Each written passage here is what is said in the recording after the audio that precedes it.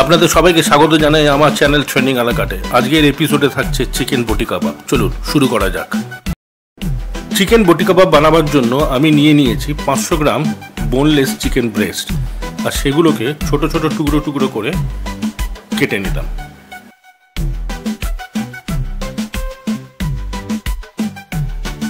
ম্যারিনেশনের জন্য আমি প্রথমে দিয়ে দিলাম 3 চামচ মতো দই, 1 চামচ হলুদ গুঁড়ো, 1 চামচে জিরে গুঁড়ো, 2 চামচে কাশ্মীরি লাল লঙ্কা গুঁড়ো,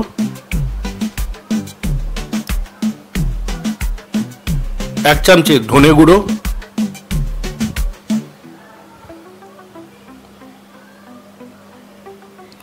স্বাদ মতো নুন,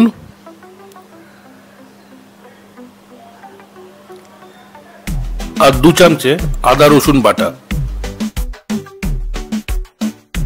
অ্যান্ড মোস্ট ইম্পর্টেন্টলি 1 চামচে গরম মশলা গুঁড়ো। এবার এই চিকেনটাকে ভালো করে এই মশলার সাথে ম্যারিনেট করে নিতে হবে। আমি 3 ঘন্টা মতো এটাকে ম্যারিনেট করে রেখে দিয়েছিলাম। আপনাদের হাতে সময় কম থাকলে মিনিমাম 30 মিনিট আপনাকে এটা ম্যারিনেট করে রাখতেই হবে।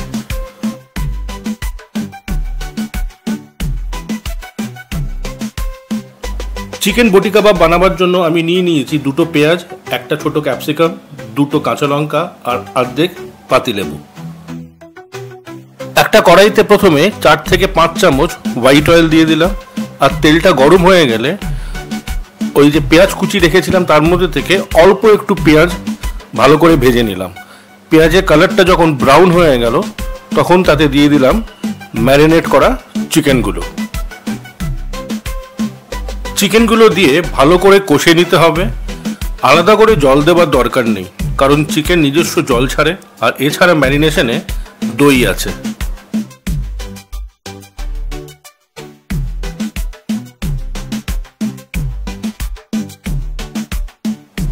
ভালো করে নেড়ে চেড়ে চিকেনটা কষবার কিন্তু খুব প্রয়োজন আছে। মিনিট 10 সময় লাগবে টোটাল চিকেনটা ভালো করে রান্না হতে।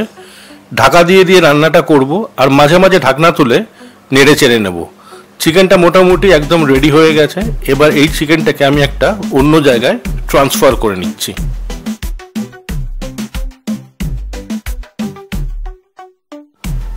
যে কড়াইতে চিকেনটা বানিয়েছিলাম সেই কড়াইতেই দিয়ে দিলাম 1 চামচে হোয়াইট অয়েল। তেলটা গরম হয়ে গেলে এবার দিয়ে দিলাম কেটে রাখা বাকি পেঁয়াজটা। এই পেঁয়াজটা কিন্তু একদম নরম করে ভাজবার দরকার নেই। হালকা সতে হয়ে গেলে তারপরে দিয়ে দেব কাঁচা লঙ্কা কুচি আর ক্যাপসিকামটা। এতে দেব অল্প নুন, কারণ চিকেন ম্যারিনেশনের সময় কিন্তু আমরা অলরেডি নুন দিয়ে রেখেছিলাম। সুতরাং আপনারা যখন নুনটা দেবেন সেটা কিন্তু বুঝে শুনে দেবেন। দিয়ে দিলাম 1 চামচে গোলমরিচ গুঁড়ো। এতে রান্নার যে ফ্লেভারটা সেটা কিন্তু অনেকটাই বাড়িয়ে দেয়। মিনিট খানেক নাড়াচাড়া করার পরেই দিয়ে দিলাম রান্না করা চিকেনটা।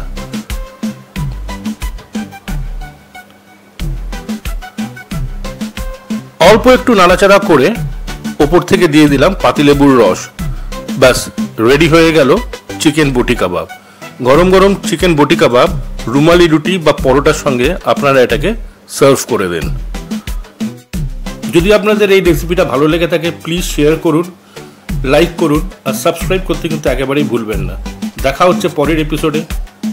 Till then, good bye and good night.